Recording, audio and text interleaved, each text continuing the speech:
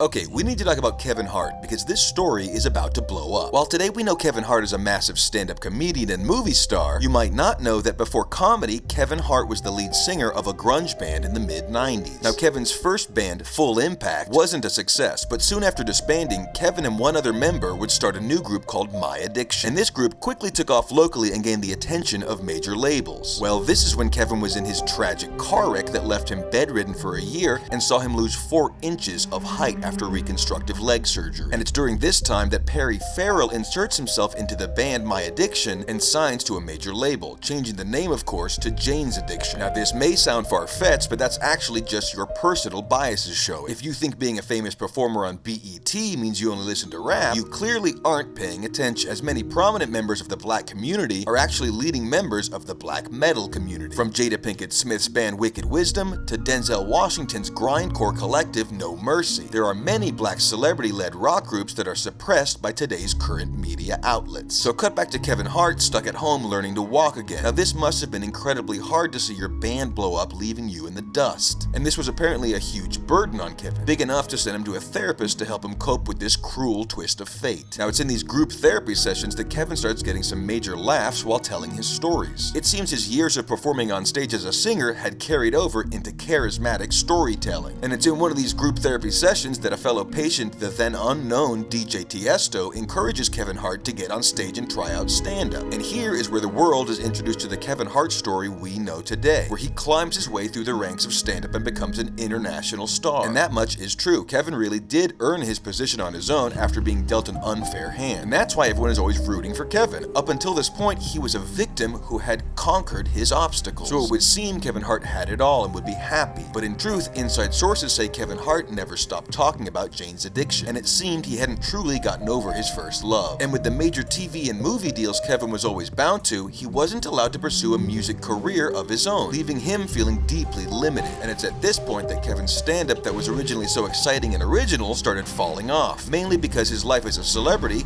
had few complaints to focus on. And when fans started complaining that Kevin's sets were almost entirely focused on Jane's Addiction, his management pulled him aside before the train went off the tracks and assigned him a talented young comedian, Sam Landers, as a ghostwriter. Now, here's where Kevin Hart goes from victim to victimizer. Being aware that the money and celebrity is what was preventing him from writing good material, Kevin would make sure his ghostwriter Sam Landers would remain in poverty and never allow him to even open for other comedians. Kevin knew Sam was good enough to become a successful stand-up, and he didn't want his personal money pot escaping his grasp. And there's even a shocking story of Kevin Hart interrupting a small open mic and pulling Sam off stage. The other open micers were stunned and couldn't tell if it was a bit or why Kevin Hart would be at the Hollywood comedy open mic. But one witness said Sam was forced into a black SUV that sped away. Now, if you look up Sam Landers, you will see he is indeed a comedian, and Kevin Hart does indeed follow him on Instagram. And you will also notice there's been no activity since the date of the open mic where Sam was pulled off stage by Kevin Hart. And while no one is looking into a missing open micer rendering Kevin Hart blame-free in this scary scenario, this next story is sure to be hitting the headlines any day now. So apparently Kevin Hart's last 4-year-long movie contract just wrapped, freeing him legally for the first time in 17 years to pursue music. And you might not know it, but Kevin Hart has stayed close with Dave Navarro. And when Jane's Addiction was thinking about reforming for this current tour, they actually wanted Kevin Hart to front the band once again. And so Perry Farrell obviously fought this hard enough legally to keep Kevin from taking his spot, but because of this awkward legal scenario, the tour has been miserable at best. And a few nights ago, things turned ugly when Dave Navarro started playing the opening to a song only ever sung by Kevin Hart, sending Perry Farrell into a rage, attacking Dave on stage. Now, Perry has come out and said Dave Navarro has been taunting him all tour and trying to get him to quit, telling him he could never replace Kevin Hart and that Kevin Hart was the spirit of grunge. And Perry says before going on stage that night, Dave Navarro had tricked him into ingesting human feces, calling it just a prank, and allegedly trying to blame Steve-O, who was also in the green room. And if that's true, you can see why poor Perry Farrell lost his cool. So we'll see if this means Kevin Hart will now be fronting Jane's Addiction or not. Only time will tell. And there's plenty more weird stuff about this guy, including him investing a reported $7 million into researching time travel, and of course his odd close friendship with Jared Leto that he claims is solely based on Kiss poster fandom. But we'll have to save that for another episode. For now, Kevin Hart,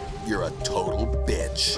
Okay everyone, people are trying to get TV shut down already because the major networks don't want to be exposed. Let me know in the comments who we should look into next, and as always, get out there and spread the truth. The TB truth.